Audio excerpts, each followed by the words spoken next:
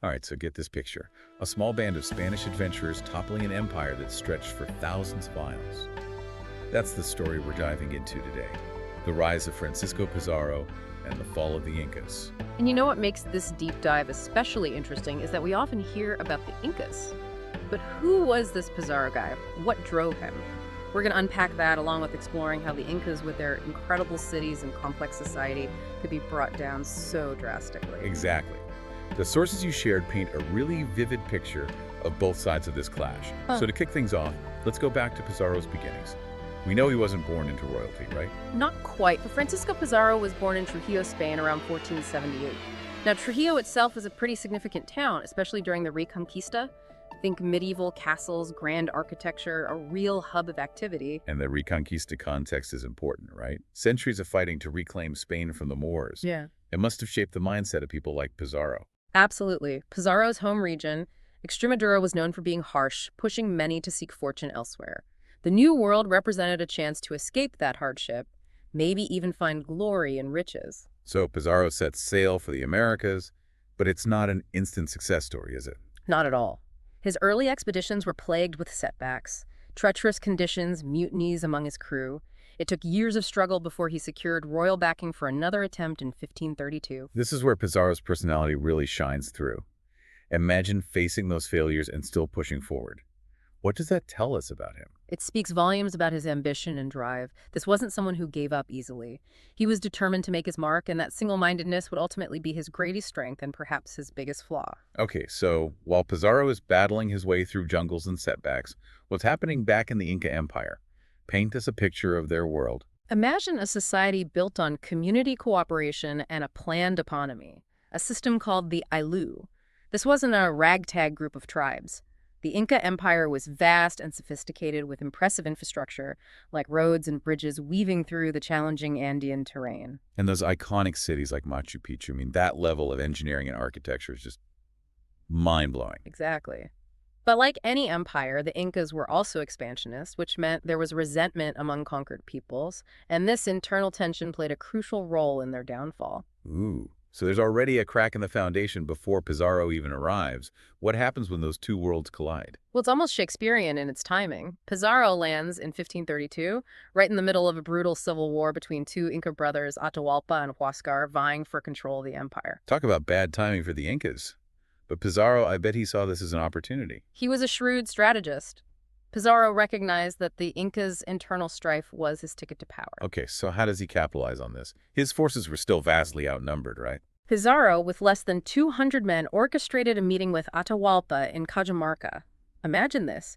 Thousands of Inca warriors gathered, probably expecting a diplomatic encounter. Oh, I don't think Pizarro was big on diplomacy. Yeah. He was there to conquer, not negotiate. Exactly. It was a calculated ambush. The Spanish, with their horses, firearms, and steel weaponry, unleashed chaos. The Inca, accustomed to bronze weapons and hand-to-hand combat, stood no chance. Thousands were slaughtered while the Spanish suffered minimal casualties. That clash of technology is just brutal. But Pizarro's ruthlessness goes beyond the battlefield, doesn't it? It does. Atahualpa, desperate to regain his freedom, offered an enormous ransom, a room filled with gold and two more filled with silver. Imagine the wealth. It's almost unbelievable. So did Pizarro get his riches, and did Atahualpa buy his freedom? Here's where Pizarro's true colors come through. He accepted the ransom, but then in a shocking act of betrayal, accused Atahualpa of conspiracy and heresy. Wait, so he took the gold and still executed Atahualpa. That's cold. It was a brutal power play. By eliminating Atahualpa in 1533, Pizarro effectively decapitated the Inca leadership. This moment reveals the dark side of ambition. Okay, we've got to pause here. We've covered a lot of ground from Pizarro's early struggles to this pivotal moment in Cajamarca. It's a fascinating but unsettling start to this story. And it's a story that's only just beginning. In the next part, we'll delve into the aftermath of Atahualpa's execution and explore how Pizarro managed to take down an entire empire with a handful of men.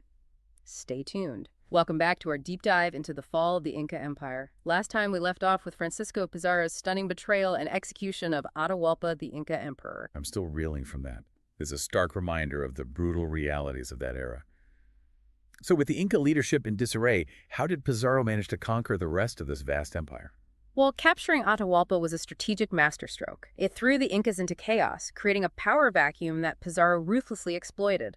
So it wasn't just about brute force. Pizarro's playing a much deeper game. Absolutely. He was a master manipulator playing different Inca factions against each other, exploiting their existing resentments. Remember that internal tension we talked about? It became his greatest weapon. I'm starting to see why he's considered such a cunning figure in history. But surely there was still resistance from the Incas. They weren't just going to roll over, were they? No, of course not. Many Inca strongholds remained, but without a unified leadership, their resistance was fragmented. They faced a new kind of warfare, one that blended military might with psychological tactics. And this is where the Spanish conquistadors with their horses, firearms, and steel weapons really had an edge, right? Precisely. The Inca, accustomed to hand-to-hand combat with bronze weapons, were outmatched technologically. But even more devastating was the invisible enemy that the Spanish unwittingly brought with them: disease. Ah, the silent killer. European diseases like smallpox, measles, and influenza ripped through indigenous populations across the Americas. How did this impact the Incas? It was catastrophic. Imagine a society with no immunity to these diseases. Entire communities were wiped out. It's estimated that the indigenous population of the Andes plummeted by as much as 90% in the decades following the Spanish arrival. Wow, 90%. That's just unfathomable. It's a stark reminder that conquest wasn't just about battles and bloodshed. It was about the devastating impact of disease on a population with no defenses. And it's important to remember that this pattern was repeated throughout the Americas, from the Aztecs in Mexico to the Native American tribes of North America. The arrival of Europeans brought with it a wave of death that decimated indigenous populations. It's a truly tragic chapter in human history. Okay. So with the Inca population decimated by disease and the Spanish gaining control, what became of their incredible cities and cultural treasures? Well, the fall of Cuzco, the Inca capital, in 1533, marked a symbolic and strategic victory for Pizarro. It solidified Spanish control over the heart of the empire. But their victory came at a terrible price. Countless temples were ransacked, sacred objects were melted down for their precious metals, and entire libraries of knowledge recorded on knotted cords called quipus were destroyed. This is what I find so heartbreaking about this story. It's not just the loss of life, but the destruction of entire civilizations' knowledge and cultural heritage. It's a tragic loss. The Spanish imposed their own political and social order, dismantling the Inca systems of government, religion, and community life.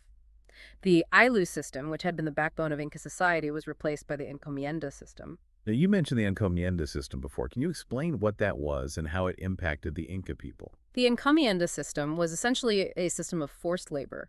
It granted Spanish colonists the right to extract labor from indigenous populations in exchange for supposedly providing protection and Christian instruction. It sounds like a pretty exploitative system, to be honest. It was. In reality, the encomienda system was little more than a thinly veiled form of slavery that enriched Spanish colonists at the expense of the Inca. It led to widespread abuse and suffering. So it wasn't just Pizarro's initial conquest, but these long-term policies that really devastated the Inca people. Exactly. The conquest was just the beginning of a long and painful process of colonization that would forever alter the course of Inca history. So we're back and ready to wrap up our deep dive into the fall of the Inca Empire. We've covered some pretty heavy stuff: Pizarro's tactics, the impact of disease, the realities of Spanish rule. And as we shift our focus to the aftermath, I think it's really crucial to remember that this story isn't just about conquest and destruction. It's also about resilience adaptation, the enduring power of culture. Okay, so even though the Inca Empire was gone, Spanish rule was there? The Inca people, they didn't just disappear, did they? Absolutely not. They endured, they adapted, and they found ways to preserve their identity in the face of incredible challenges. So what did that survival look like for them under Spanish colonial rule? While many were forced into labor working in mines on plantations in the homes of Spanish elites, that encomienda system that we talked about, it was a system of forced labor, essentially, that kept the Inca under Spanish control. I mean, it's hard to even fathom that hardship. But amidst all of that, did any aspects of Inca culture actually survive? You know, it's remarkable how much did the Spanish may have taken over politically, but they quickly realized they needed Inca expertise, particularly when it came to agriculture. The Inca were masters of cultivating crops in that challenging Andean terrain, and their knowledge proved invaluable. So there's a kind of irony there, the conquerors relying on the conquered to sustain their rule. Exactly. And it wasn't just agriculture, the Inca language Quechua that persisted too. In fact, it became the common language throughout the Andes spoken by both indigenous people and Spanish colonists. Wow, so even though their empire was gone, Their language became even more widespread. That's incredible. It is. It speaks to the resilience of their culture. And to this day, Quechua is spoken by millions of people across the Andes, a living testament to the Inca legacy. That's so fascinating how elements of a culture like that can endure and even thrive under the most oppressive conditions. It really shows that history isn't always just a simple story of winners and losers. Right. We have to recognize those complexities.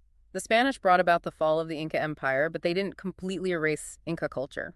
Okay, so let's talk about the long-term consequences of all of this. What are some of the lasting impacts that we still see today? Well, one of the most profound is definitely the demographic landscape of the Andes.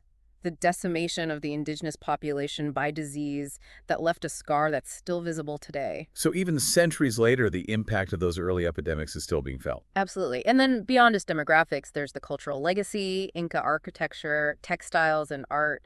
They continue to inspire and amaze people all over the world. Machu Picchu, for example, that's a global icon, drawing millions of visitors every year.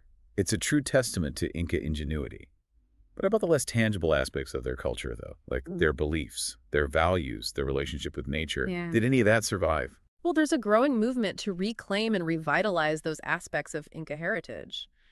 Indigenous communities are leading the way, preserving traditional knowledge, promoting the use of indigenous languages, reconnecting with their ancestral practices.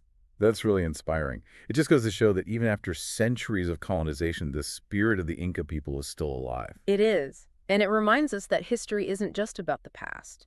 It shapes who we are today. It influences how we see the world, and it even informs the challenges that we face as a global society. Wow.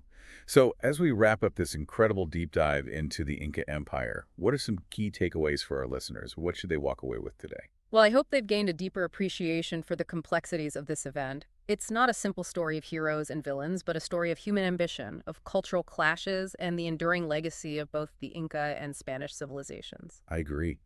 And I think it's also a powerful reminder that history isn't just about dates and battles. It's about people, their cultures, their struggles, and their triumphs. Exactly. By learning about the past, we can gain a better understanding of ourselves, our world, and the challenges we face today. Well, thank you so much for joining us today for this deep dive into the Inca Empire. We encourage you to continue exploring, read more about this fascinating culture, engage with the stories of those whose voices have often been silenced throughout history. And remember, the past is never truly gone. It lives on in the present, shaping our world, reminding us of the power of human resilience, the importance of cultural understanding, and the enduring legacy of those who came before us.